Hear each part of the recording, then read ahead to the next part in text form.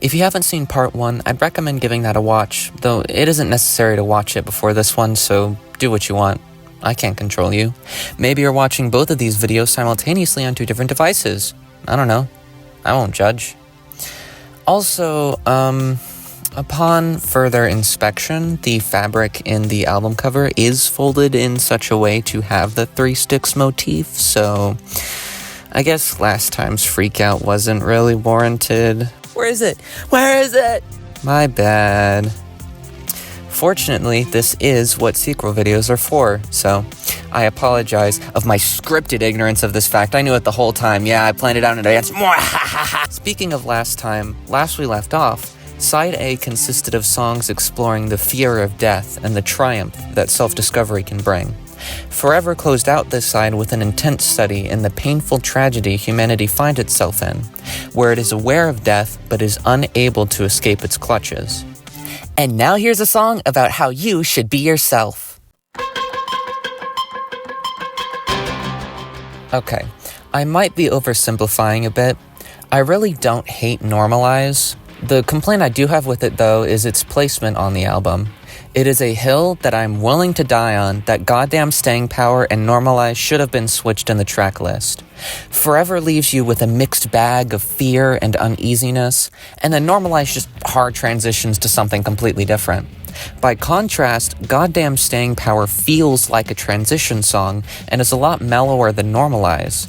So it could have taken the energy left over from Forever and sort of bookend it, then leave some room for Normalize to burst in and ramp the energy back up. But anyways, as I said earlier, I don't hate the song on its own. In fact, it's one of my favorites from the album and was the lead single for this album, so I do have to give it some credit for that. Where Nobody Escapes, Explode, and Forever highlight the fleeting nature of life and try to rationalize it, Normalize takes a bat to that idea and instead exclaims that, in this little moment we've been granted, the idea that anything is meant to make sense is absurd in and of itself. This idea is explored very explicitly in the bridge.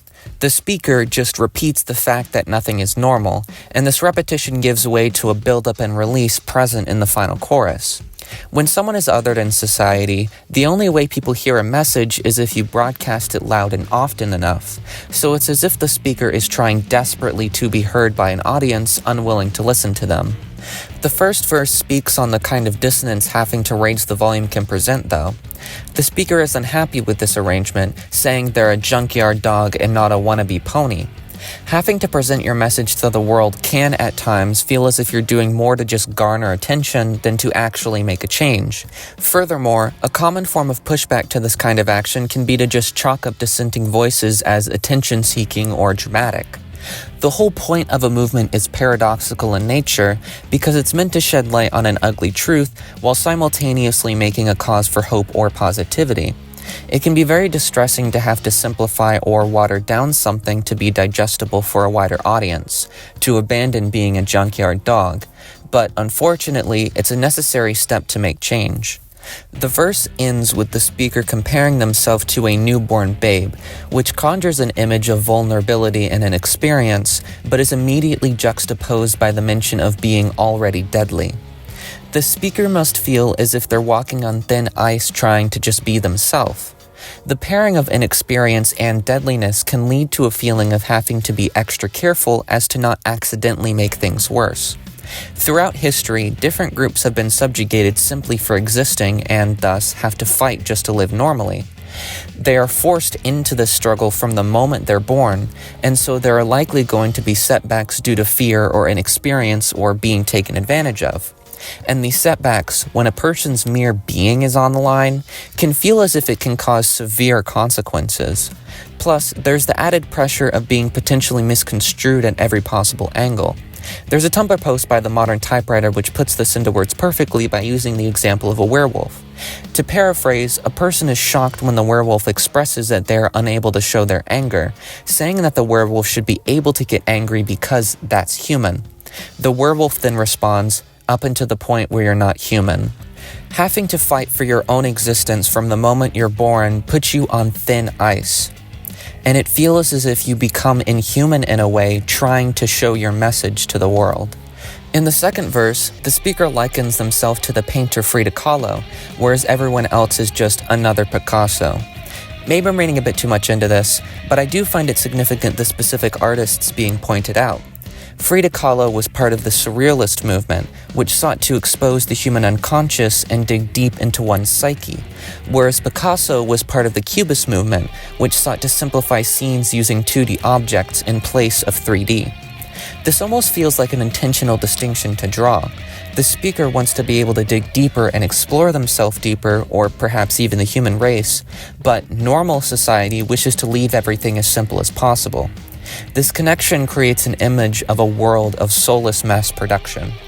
The speaker, caught up in the middle of this, has an initial reaction of favoring society's worldview, putting the mouth where the eyes and ears go, which is a reference to how many of Picasso's work depict odd placements of certain things. However, in the pre-chorus and chorus, the speaker realizes that the consequences of this conformity are too severe to put up with. They say, "I die every time I normalize." If they do not actively fight, the only choice left for them is to accept a position as lower than everyone, or to hide away their true self to be perceived as normal, and they just cannot accept that fate. The chorus explodes in instrumentation, feeling like a release of pent-up emotions. There isn't much being said lyrically too, which adds to this feeling, as it's much more of a chant than an expression of a concrete idea. After feeling trapped in conformity for so long, there's too much to let go of for any simple phrase to fix. Instead, the speaker finds catharsis in just a single word that symbolizes it all.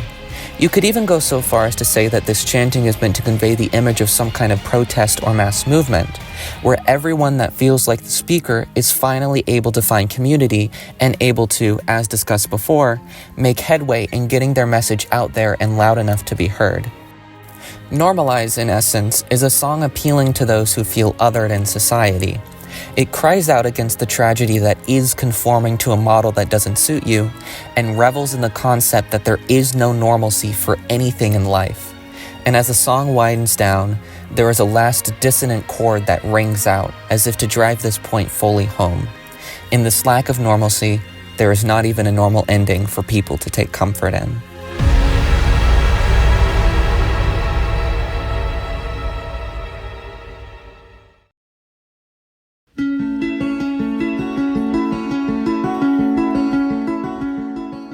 Staying power, according to my sources, is the ability for something to persist.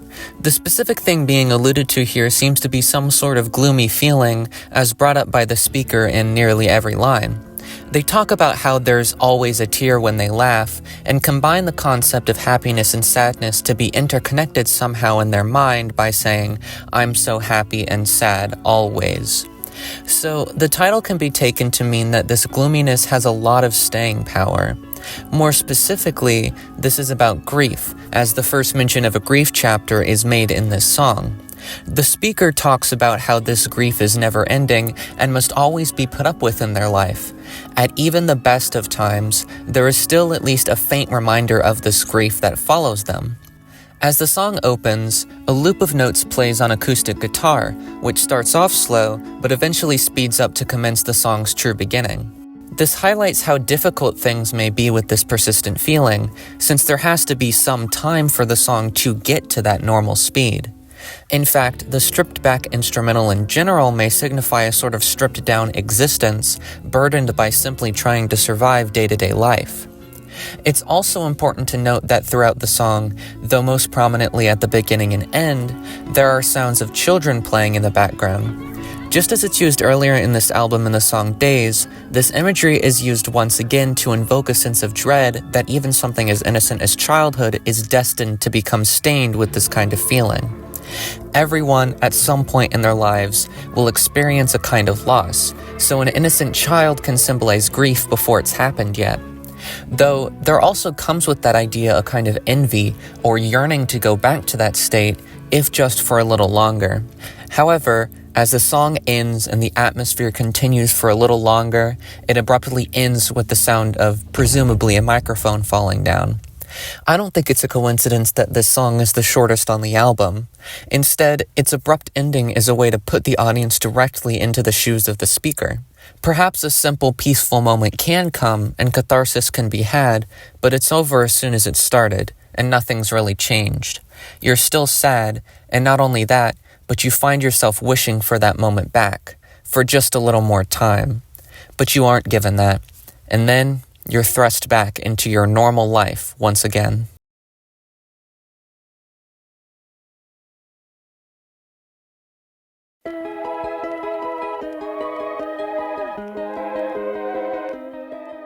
The Matrix starts off with a sweet little loop, which continues into the verses, playing underneath the rock music that forms the most of this song.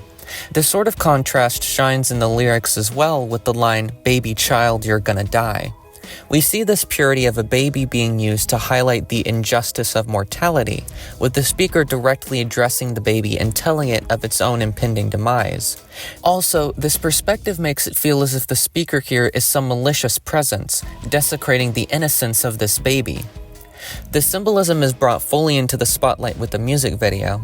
It starts off with showing a baby at the beginning, which then transitions into the protagonist who, throughout the video, struggles with trying to become accustomed to modern life as a young adult.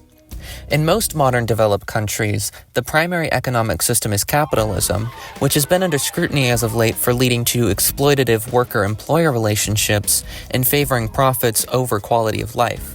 Throughout the video, the protagonist searches on my personal favorite search engine, the Knack, about low credit scores and debt. This makes a clear connection between this song and the modern human condition of navigating through capitalism. This baby, then, is born into a system where they're doomed to struggle. From birth, they're told about it, and are expected to just put up with the suffering as if it isn't the very people maintaining the system that are causing it. I believe the speaker is meant to symbolize someone who, at first, is fully willing to accept this system. The first verse has them trying to justify this while explaining it to another person, who the baby is meant to represent. They ask this person, "Why are you so shy?" tell them that they're running out of time, and assure them that they just want this person to pop off. However, there is an inherent dissonance between these statements. The questions the speaker asks are all rhetorical, but posing them almost begets the search for an answer.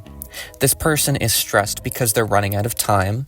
This person is running out of time because the speaker wants them to succeed. But how is succeeding in a system that causes such stress going to lead this person to pop off? Because of this fresh perspective, the speaker has the ability to reflect on this lifestyle, which is contrasted later in the second verse, where the harsh criticisms they levy against this person are the very things the speaker stresses about. This verse starts off with the speaker calling themselves divine and thus immortal. However, they then begin asking questions to themselves, wondering why they're so stressed or depressed. These juxtaposing ideas of divinity and negative emotions convey the inherent contradiction present in the path presented in modern capitalism. If you work hard, one day you'll be happy, but until then you must suffer. If you start to peel back the layers, it can feel strange to both claim that this is the greatest way of doing things while having a society of people who are miserable. The only way it could be justified is if you don't think about it and just accept it as the way things are. The line that precedes each iteration of the chorus is, "Mama always said you gotta find yourself a mantra," which I feel means different things each time it's said. At the end of the first verse, where the speaker feeds more into this way of life, it reads like a piece of cookie-cutter advice that doesn't really help all that much. It can be comforting when you hear advice from an older generation that seems so simple, because it feels like the world itself can be simplified to this phrase. However, as their worldview begins to break down by the end of the second verse, the speaker applies this advice once more, but is actually able to digest it this time. The second repetition of it feels like some kind of epiphany. They realize the world isn't what it seems, and at this lowest point, remembers the piece of advice again. Instead of finding it meaningless, though, there is new meaning made with it. There is no one phrase that can dictate everyone's life, and instead, you must make your own message to soothe your specific pain or worries. Then, at the end of the bridge, the line is used one more time to be in direct contrast to general advice of get a job. This is perhaps the most basic of basic advice that people give those in struggling positions. The problem with it, though, is that due to its wide impact, literally everyone knows about the advice to get a job, so clearly, if getting a job was truly the right answer, no one would be unhappy. The speaker refutes this statement with their mother's advice, reinforcing the idea that contentment doesn't come the same for everyone. And then the chorus explodes out as the speaker's mantra is revealed. It's simple, just 2 words, really easy to say. It's hell no. Come on, guys, it clearly says hell. Okay, so I don't mean to break the flow of this analysis, but I find it kind of silly that there's a censored version of this song, especially considering there's nothing like this for any other song on the album. Like, I get that it's a single where the chorus has curse words, but they just replace a curse word with another curse word. And, by the way, they don't differentiate them by title at all on streaming services, so the first time I found out about this version felt like I was in some fever dream where Mother just decided to sing different lyrics that day. But anyways, the mantra, according to the official lyric sheet that came with my special edition Seafoam/Coke bottle green vinyl that came with a signed postcard, is fuck no. The chorus takes a defiant stance and asserts that there must be more to life than the 9/5 suicide. There has to be some way to be able to live a more fulfilling life than this, and the only way to truly figure out what more there is, you have to take the time to be yourself and explore who you are and what you want, instead of just subscribing to some path already carved out for you. Obviously, in the end, capitalism still exists, and you still have to operate within its parameters. Lead singer and songwriter Ryan Goldemund said as much in an interview with Apple Music. But you don't have to let it control you so absolutely. The concept of the Matrix here is used to symbolize this struggle. The Matrix is a movie franchise about a lot of things, but a big thing throughout is the characters struggling to find their true identities in the face of a world that doesn't want them to. Mother is trying to say here that there is a way to rebel and find yourself. And if that's making music analysis videos on YouTube, then god damn it, I can do whatever I want. You should be able to do what you want. Even if that rebellion may seem silly, whatever brings you joy is something worth doing. Even if that thing is cocaine. And your name is God. Look, I'm trying to set up a transition for the next song. Please don't do drugs, okay? Anyways.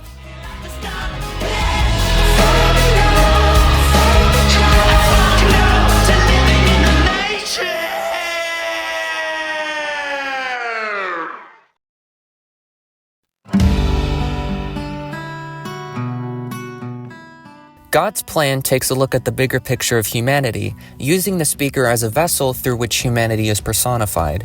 This makes itself very clear within the first verse, where the speaker lists just how many things they are, notably being an oil man and being in a metal cage. This wording feels so simple and archaic that it may conjure images of the early Industrial Revolution. The concept of an oil man presents, perhaps, an old man sitting on his piles of money while his workers slave in horrible conditions. And the specific wording of a metal cage makes it feel as if the speaker is trapped in a cold, unfeeling environment devoid of life. These ideas conveyed the sort of filth only present in an industrialized society. And while conditions have certainly improved these days, the fact that these people existed in the first place is a dirty mark on humanity's legacy. Because of this mark, the speaker takes all of this as a part of themselves in some way as a human.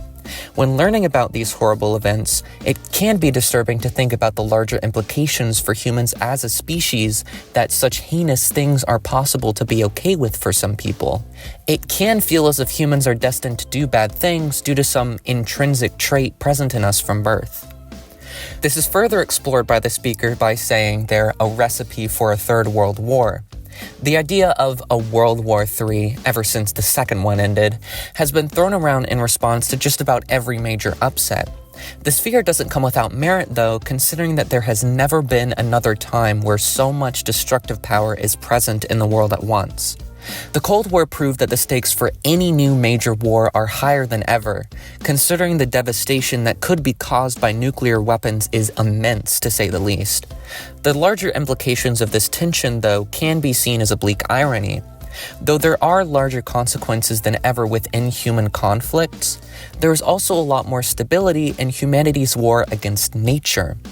There has never been another time in history where there is so much abundance in the world. For large chunks of the population, housing, food, water, and medical attention is trivial to acquire. And the fact that all of it exists at all in and of itself is an achievement, one that humanity has devoted its entire existence to. So for the greatest worry everyone has to be other people is ironic in a tragic way. From an outside perspective, this entire situation would probably be seen as absurd. In the bridge, the speaker talks to an imagined extraterrestrial entity and asks them what they think of us letting everything we've built fall down. It is an interesting perspective to have sometimes, where you imagine explaining everything to someone who has no idea about the happenings in the world and try to predict what their reaction would be. This can allow you to sort of deconstruct some things that you've maybe thought were givens in life, as you take a step back and continue to ask yourself why things are the way they are. Though the speaker already knows things are messed up in this circumstance and really just doesn't know what the next steps would be. There's a sense of hopelessness present in the speaker's questioning, considering they use the past tense when describing humanity's downfall. It's as if they've already accepted that humanity is doomed to fail and is looking to an external sense of authority more as a symbol of comfort rather than a vessel for enlightenment. This pessimism continues but on a smaller scale in the second verse, where the speaker calls himself anthropomorphic and likens himself to an STD and a dynasty of fallibility. In this verse, the speaker seems to be highlighting more individual faults instead of faults of society as a whole. The most obvious case of this is the dynasty of fallibility line, where the speaker calls attention to the fact that all people in all time frames are not perfect, including them, who comes from this lineage of imperfect people, similarly to how the speaker appropriates traits of humanity as a whole in the first verse. For the speaker, they fear that they will have no choice in the matter, and that they will fail to do everything they've set out to do. This idea is extended by the speaker likening themselves to an STD, as it suggests that the speaker will continue this legacy. It reminds me of a quote I saw a while ago that said life is a terminal sexually transmitted disease or something like that. It adds an inherent sense of danger to the fact that the speaker even exists at all. Furthermore, calling themselves anthropomorphic seems to be a way to dehumanize them. They are less than human, only something that is non-human that has human attributes, but is ultimately tied down by their traits that make them clearly different. It's as if the speaker wants to distance themselves from the world around them because of their flaws, separating the actual people from those who are too messed up to even be one. Ultimately, the verses pose two distinct questions. Why are humans so messed up? And why am I so messed up? And in the chorus, both of these are answered with the same statement. If he exists, God must have been really high when he made the universe. Like this dude, right? He did several lines of coke, said, yeah, it looks fine, and then shipped it off. In all seriousness though, while it is funny to picture some grand creator doing drugs, I think this framing has a bit more nuance to it. For instance, while the lines do say God was on cocaine, the speaker then follows that statement up with, well, I don't blame him. This line sort of takes the idea of a creator and humanizes it. Of course, if you're tasked with making and managing an entire universe's everything, you'd be pretty stressed out too, especially if you had to put up with humanity's nonsense. There's an inherent fear within that idea. If even God can't put up with this whole existence thing, then how are humans meant to cope? However, it could be framed differently as the fact that even God gets stressed, so it's normal to feel this way, especially as a human. And this religious framing could even be taken to be symbolic of the physical universe as a whole. I'm sure at least some people in my audience have had some late-night thoughts about the universe, either that or I have something wrong with me. But if you have, or even if you haven't, It seems like a crazy idea that you even exist in the first place. The fact that we have no idea how the universe truly started leaves the door open for basically an infinite amount of possibilities existing before we existed. But we live the possibility that birthed us. So if things don't go our way sometimes, that's just life. And life is something that we are incredibly lucky we get to experience. The chorus ends with the line, "I'm a miracle, but babe, I get so bored," though it changes in the final chorus to, "If I'm a miracle, I'd better get to work." This difference here signifies the shift from pessimism to optimism in the speaker's worldview. At first, the speaker takes the revelation that human life is precious and throws it away. Sure, human life is something that seems like it never should have been possible, but it's a pretty bad miracle if you still end up feeling negative emotions regardless. However, by the end, something is tacked onto that. People feel bad all the time, but the true gift is the power to change that. Perhaps even that's truly what the real plan is meant to represent in this song. It isn't the plan to strictly follow the words of some guy in the sky, but to learn and experience and love. To be truly happy and fulfilled is to know that you at least had a part in making the world a better place and a part in restoring the reputation of the human form. Get to work in this human form.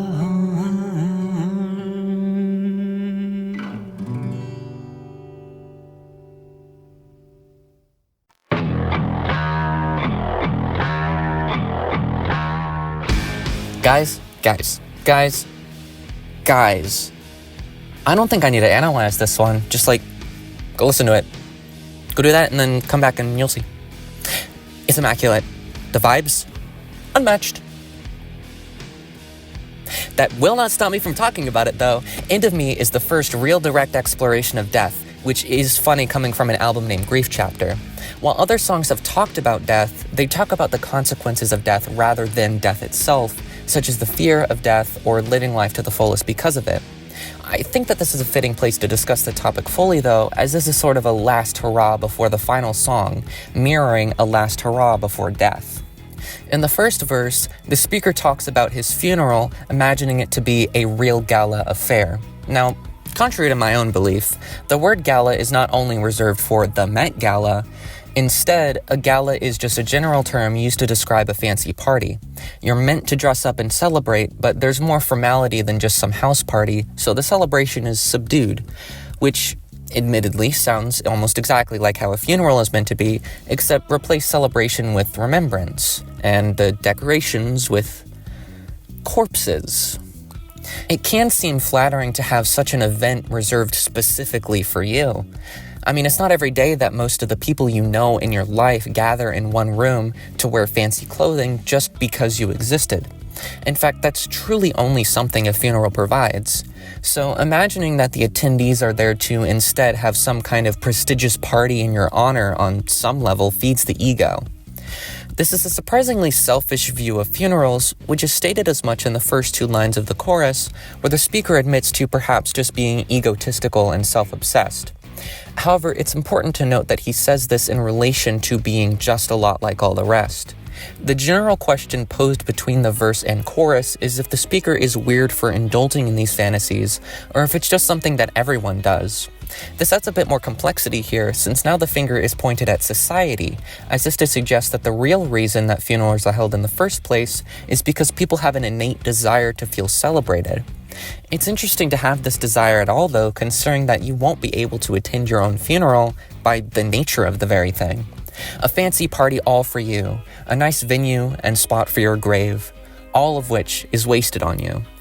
In the next two lines, the speaker twists the saying, "If a tree falls in a forest and no one is around to hear it, does it make a sound?" and asks, "If a tree fall on me, will it crash or just fall silently?"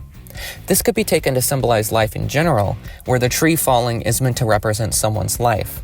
This adds a sense of tragedy in the original seemingly selfish desire to have a funeral. Being remembered means you were important in some way, and that you truly exist beyond your lifespan. But if your entire life comes and goes and no one was able to hear the impact you had on the world, you will fade from existence, and it will be like you never existed at all.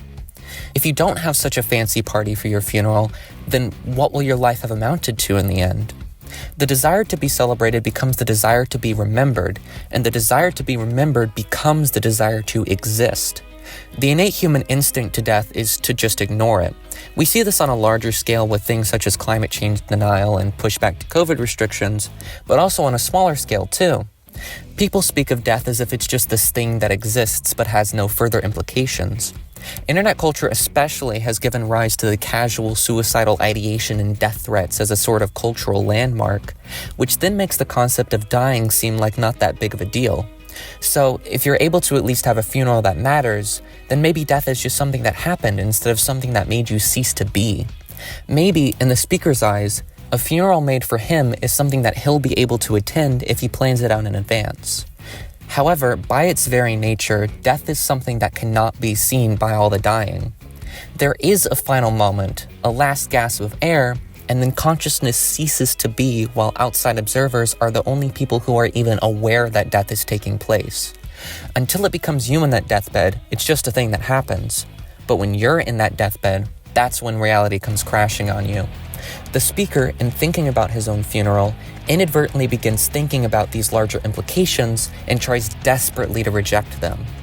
The refrain follows the chorus, having a defiant tone, and the vocals yelling out over the instruments, chanting the words "end of me" over and over.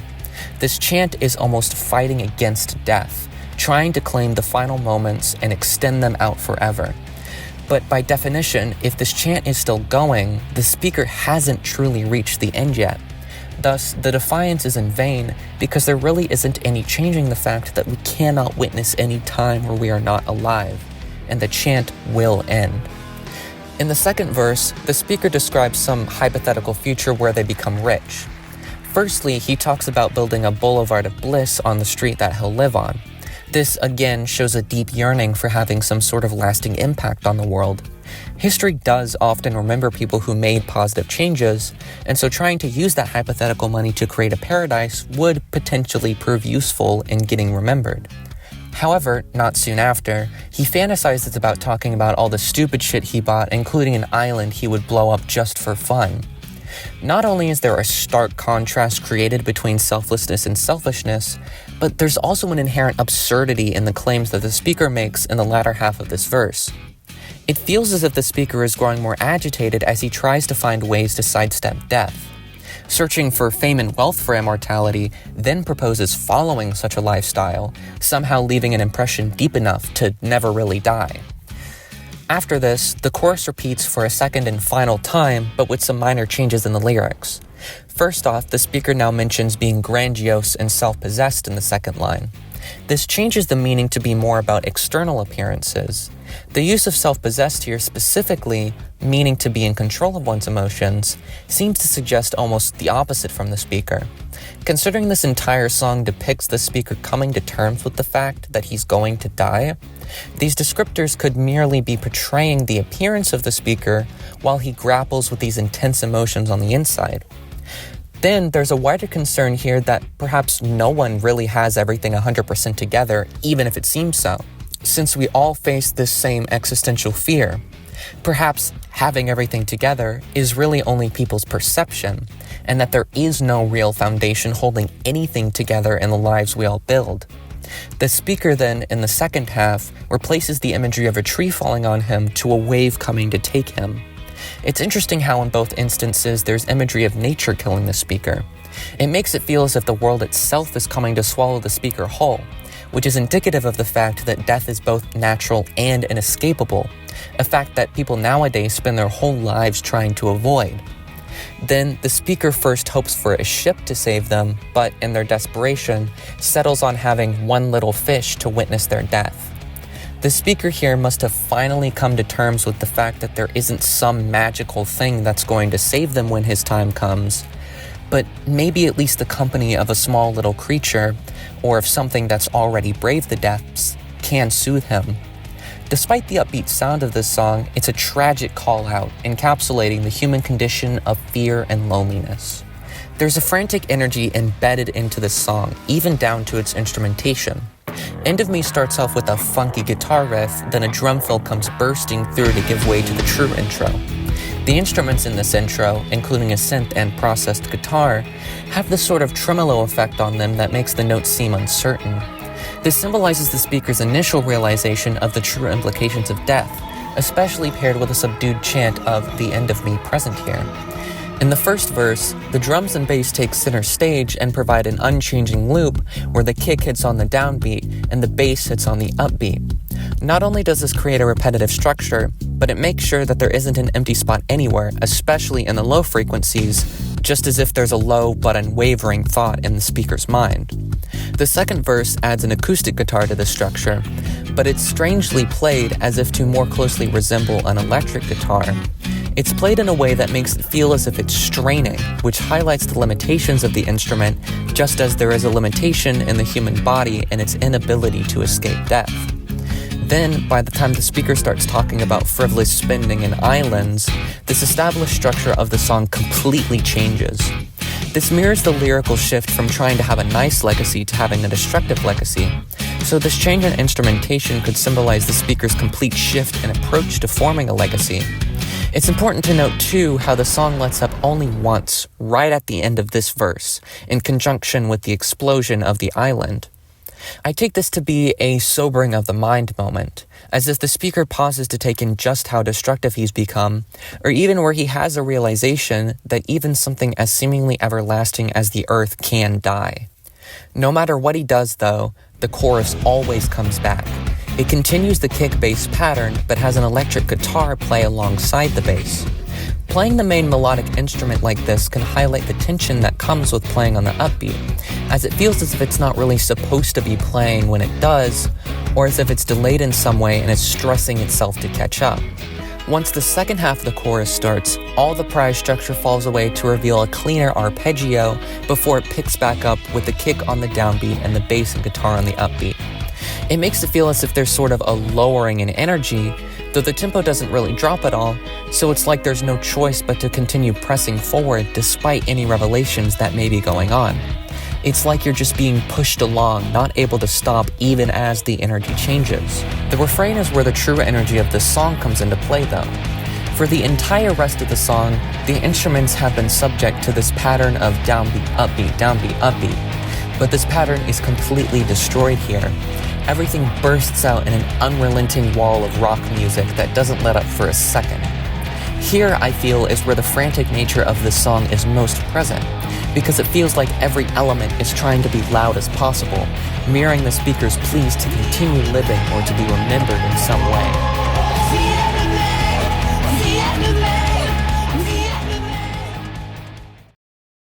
Additionally, the arpeggio that plays throughout the song, but especially at the beginning, is reminiscent of the beginning of The Matrix, which could almost hint at a thematic connection between the two songs. Where The Matrix is about a refusal to waste one's life, and even contains the lyric, "I forget all the time I'm gonna die," this song is a spiritual continuation where the speaker now must confront the end and is painfully aware of his own death. And though both are refusals of their respective concepts, End of Me is a refusal of a fundamental building block of life, so there is an immense amount of energy spent just trying to overcome it, only to realize that it cannot be avoided. It starts off with a fancy party, then eventually moves on to exploding an entire island, and yet the truth still remains. It almost reads like a midlife crisis, where one may be turning to a lavish lifestyle to escape from their immortality. At the end of the song, the death of the song, the chant ramps up in intensity for a final time before it all ends, and applause erupts out. It continues for a bit until a voice from the back yells out, and it dies down soon after. For reference, Mother Mother experienced a surge in popularity a few years ago, due in large part to a song from their second album, Oh My Heart, Hayloft. I think this ending addresses the band as a whole's yearning for a legacy. It's almost like the applause is for Mother Mother's funeral, and that all the attendees want is just that one song. Either that or it's just something silly added in, but I do think its inclusion on the album at all is important nonetheless. Grief Chapter is the first proper album release the band's had after their rise to TikTok stardom. Their previous album, Inside, came out in 2021, before any live shows may have included these new fans, and the writing process may have even predated all of the newfound buzz for the band. In the present day, by contrast, the band has had ample time to take in all of this and digest the abundant popularity of Hayloft. Now, I don't want to speak for the band, so I can't specifically say what their feelings about this all are. I'm sure it's a song the band is very proud of, enough to make a sequel for it at least, but it can be disheartening to know your legacy is primarily down to just one thing, and that it may be all a given listener may want from you. Additionally, End of Me is actually a song that dates back to at least 2012, since it was performed by Ryan Goldemond as a solo acoustic song at various live shows. So it's a song that's clearly personal to the band and to Ryan especially, and yet it's likely to be overshadowed by something that was written and released a long time ago. Speaking of releases, this song, along with all the others on the album that weren't singles, were teased before the album's released on Mother Mother's official Instagram account. Every 2 or 3 days, they released a reel that mimicked a text conversation between the band and comments from the previous posts, which was pretty cool to see. And the only reason I brought this up now is because the one for End of Me features a comment from an artist I follow, and it was really cool to see, and you should totally follow her because she does, sometimes she does character drawings based off of Mother Mother, and also is the only reason that I knew that End of Me was a previously unreleased song at all, and also she makes yummy art. Scrumptious, I want to eat it up. And maybe, while you're following people, you could subscribe to me. It's fine if you don't, but you clearly like my content enough to have made it this far into the video, so if you could maybe just check, maybe.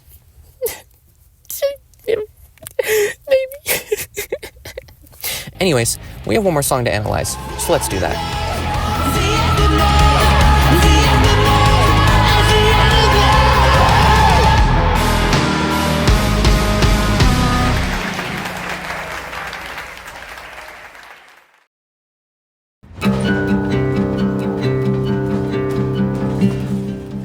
Grief Chapter, being both the closing song and the final track, holds the most weight regarding the overall message of the album.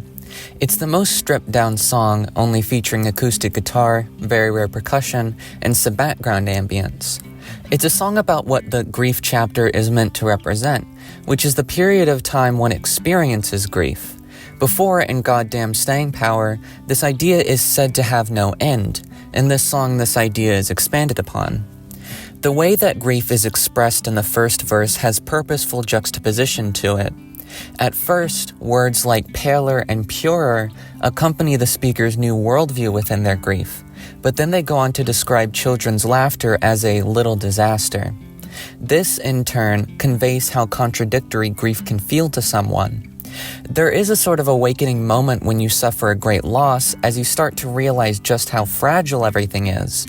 After you have this awakening, you start to truly appreciate the things around you more, as if you're trying to make up for all the love you can't give the person or thing you lost. However, at the same time, everything can feel as if it's grating and painful when you're reminded of the loss, or it can seem like a slap in the face when someone dares to be cheery during your suffering. Children playing is used to show this idea, a recurring theme throughout the album, and perhaps this image is being used to bring attention to the fact that everyone will face grief at some point, similarly to how this imagery is used in Days and Goddamn Staying Power. Perhaps the disaster being caused here is the fact that these children are so blissfully ignorant to whatever grief they will experience later, and in the speaker's point of view, are squandering the time that they have. In the next line, the speaker describes the past as being in ashes. Though there is the obvious connection to destruction, I feel the significance of the use of ashes goes deeper here. The past being in ashes implies that there was once a fire in its place. This fire burned as whatever happened, but from the start, the fire was always doomed to eventually die out. When time has passed and there's no more kindling, all that's left is the lost time that had to be necessarily destroyed to keep this fire going. This points out one of the greatest tragedies in life, the fact that time dictates both life and death. Without it, we would never die, but we would also never live. Additionally, ashes represent something that was so completely destroyed that it cannot be repaired. When something is lost to time, not one single thing can bring it back. It is burnt beyond recognition and beyond saving. All of this shows the power that grief has over us as one of the only truly inescapable feelings. This is when we get the mention of the idea of a titular grief chapter.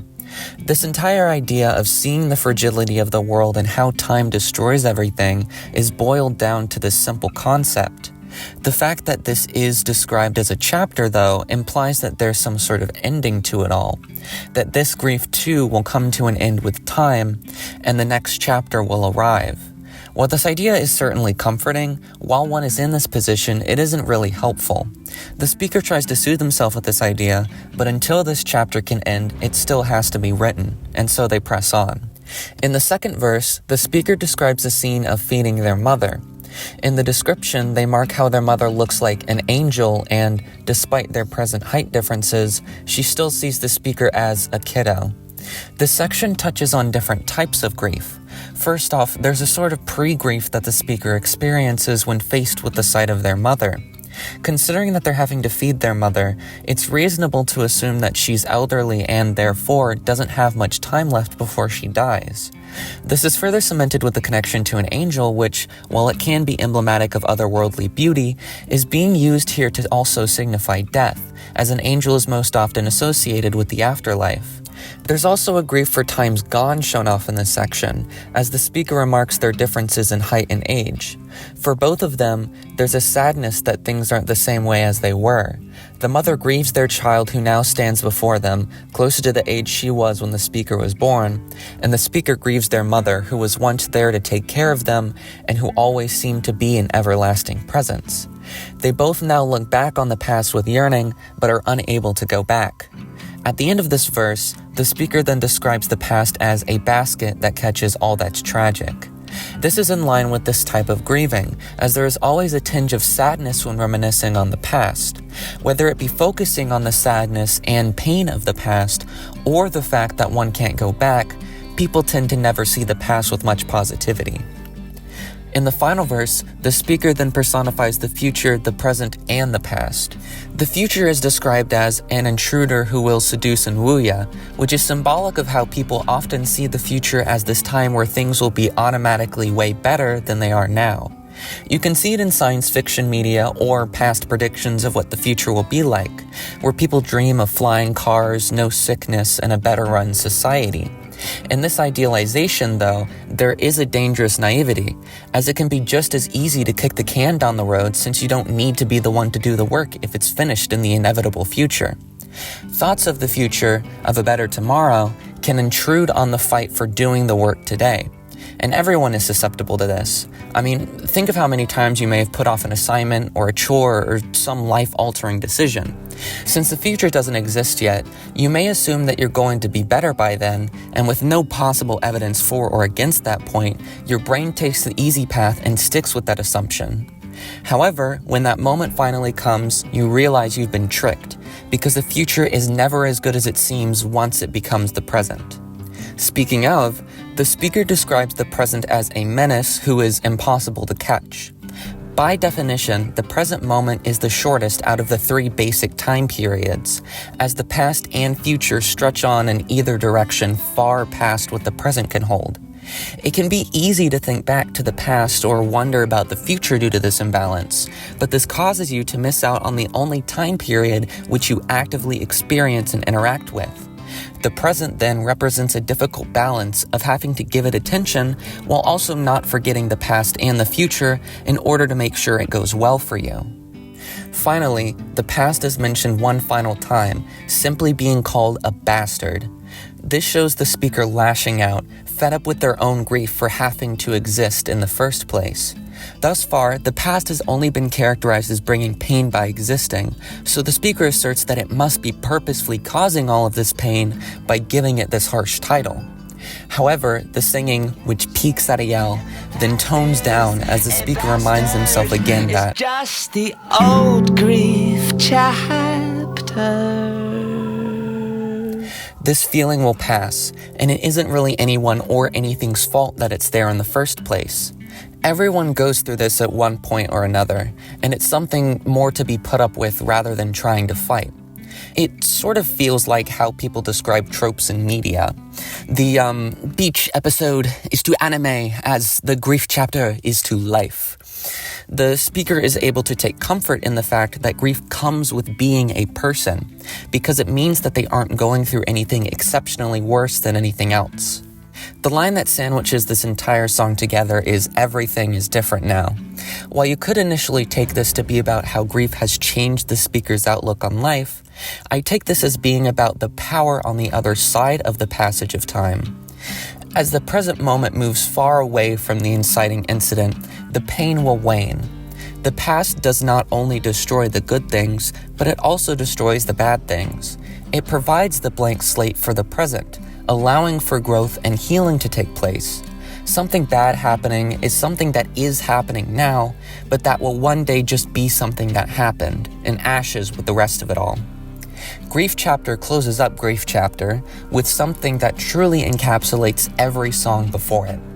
The inescapability of death, the power of soul-searching, the pain of loss, the difficulties of moving on, the comfort that comes with shared experience, the fear of mortality, the need to live despite the end, the interconnectedness of the good and bad, the importance not to squander life's gifts, the random chaos of it all, and the human need to be cherished. This album lays bare the human condition, enabling the listener, if for a moment, to be comforted by the fact that they aren't alone.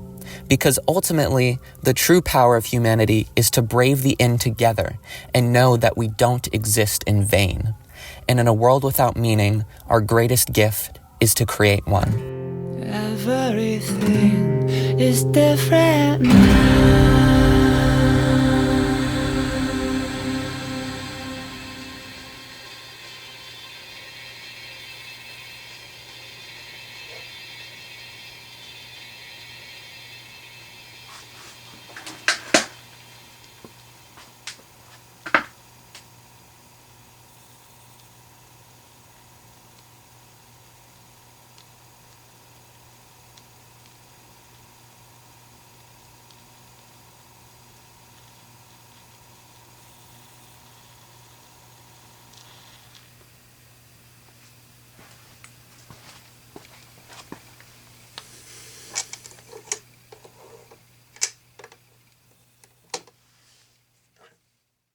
Ultimately, this album has made it very exciting to be a Mother fan these days.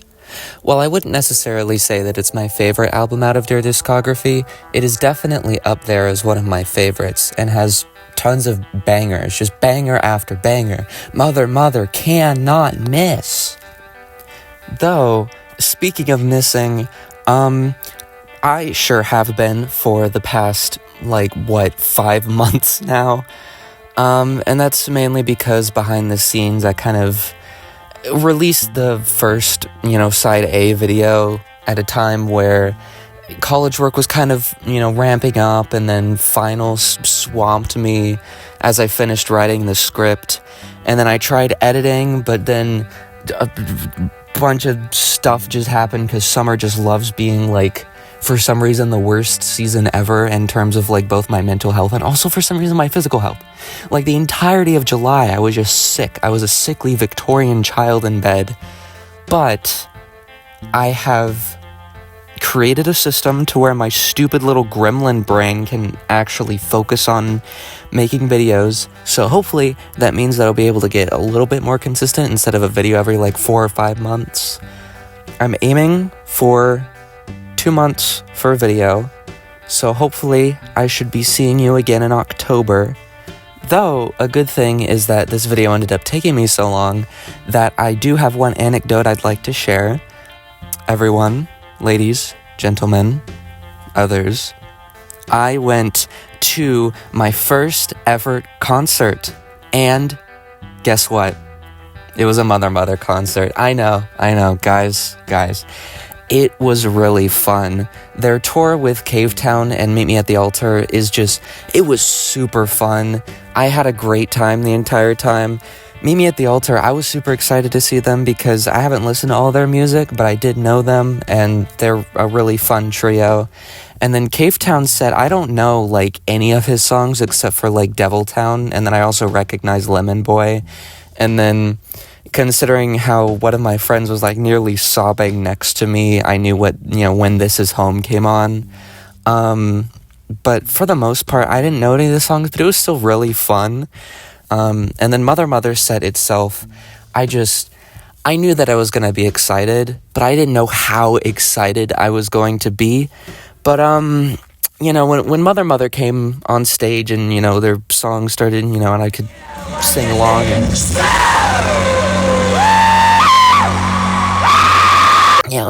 It was fine, But anyways, it was a super enjoyable experience, and I'm definitely glad that I had that as a first concert experience. 10 out of 10, would see again. And yeah, I guess that kind of wraps up everything I have to say here. So again, hopefully, see you in October, and have a good day.